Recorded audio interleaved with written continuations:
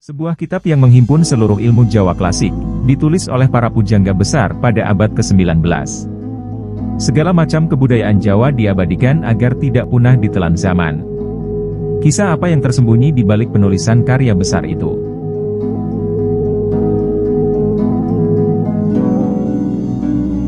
Kisah ini bermula dari berkahnya Sri Sesuhunan Pakubuwono keempat. Selama berkuasa, ia dikenal sebagai raja pemberani yang tidak mau tunduk kepada Belanda, dan seorang pemeluk Islam yang taat. Pakubuwono IV bertekad mengembalikan kewibawaan Kasunanan Surakarta Hadiningrat.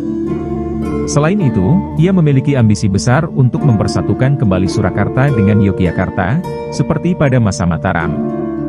Sikap Pakubuwono IV itu, kemudian memicu VOC membentuk aliansi dengan Hamengkubuwono I dan Mangkunegara I untuk melawannya. Hal ini kemudian memicu konflik, yang berujung pada peristiwa Pakepung.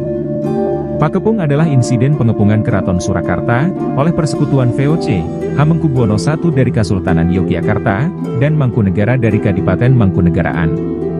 Tidak hanya itu, Pakubuwono IV juga mendapatkan tekanan dari dalam istananya sendiri, yang menuntut agar para penasehat rohaninya segera disingkirkan.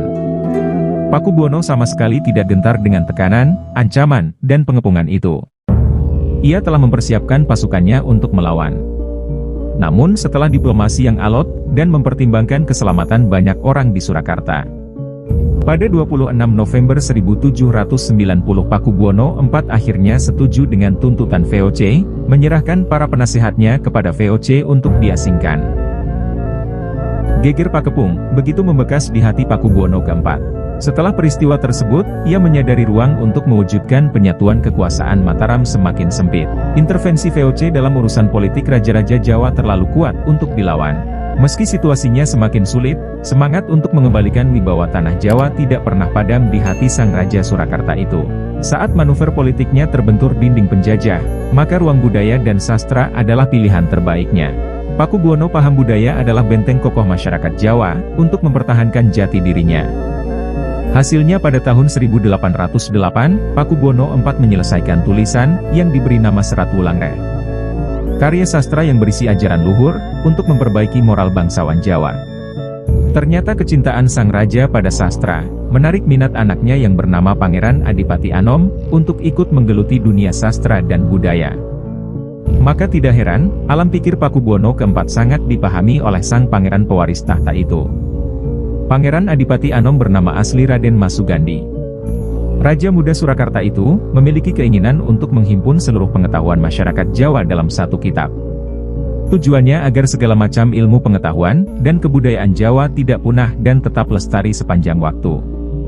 Pangeran Adipati Anom, memimpin sendiri proyek penulisan kesustraan besar itu. Tim kemudian dibentuk berisikan para pujangga besar di masa itu. Yang pertama adalah Ki Ngabehirangga Susastra. Ia adalah ahli bahasa dan sastra Jawa, ia diberi tugas menjelajahi Pulau Jawa bagian timur. Anggota kedua dari tim ini adalah Ki Ngabehi Asadipura II. Ia ditugaskan untuk menjelajah Pulau Jawa bagian barat. Dan yang terakhir adalah Ki Ngabehi Sastradipura, seorang ahli bahasa Arab dan ilmu agama Islam. Ia ditugaskan untuk pergi ke kota Mekah, naik haji dan memperdalam pengetahuan tentang agama Islam di kota Mekah. Dari sini kita bisa menilai luar biasa seriusnya penggarapan kitab sastra ini. Para pujangga tersebut mendengarkan, melihat, menyelidiki segala sesuatu yang dijumpainya selama perjalanan, dan mencatatnya. Setelah selesai menjelajah, mereka kemudian bertemu di Kadipaten Putra Mahkota di Surakarta. Kemudian dimulailah penulisan kitab yang diberi nama Suluk Tambang Raras Among Raga, atau lebih dikenal dengan judul Serat Centini. Penulisan Serat Centini, berlangsung selama 9 tahun dimulai pada 1814. Ensiklopedia Ilmu Jawa dalam Serat Centini, dikemas dalam sebuah alur cerita semi-fiksi yang menarik. Ditulis dalam bentuk tembang macapat.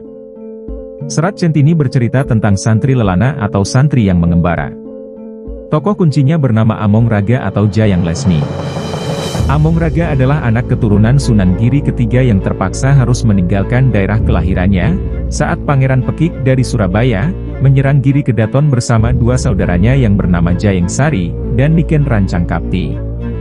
Among Raga berhasil lolos dari serangan itu, tetapi mereka saling terpisah dan mengembara menelusur ke seluruh penjuru Pulau Jawa.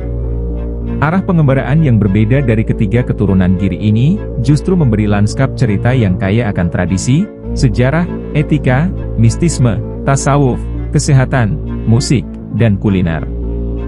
Dalam tema kesehatan misalnya, Serat Centini dapat menjadi sistem acuan kearifan lokal masyarakat Indonesia dalam menjaga kesehatan. Serta bagaimana mengobati penyakit secara tradisional, atau non-medis. Serat Centini mengajarkan kita untuk mengkonsumsi makanan khas lokal yang kaya nutrisi. Serat Centini seolah menyiratkan kepada kita, bahwa kita tidak perlu mengimpor makanan. Semua bahan makanan, sumber karbohidrat, protein, vitamin, dan mineral sudah ada dan terdapat di Nusantara. Tidak hanya pengetahuan yang bersifat kognitif, Serat Centini juga dipenuhi dengan nilai pendidikan karakter dan filsafat Jawa.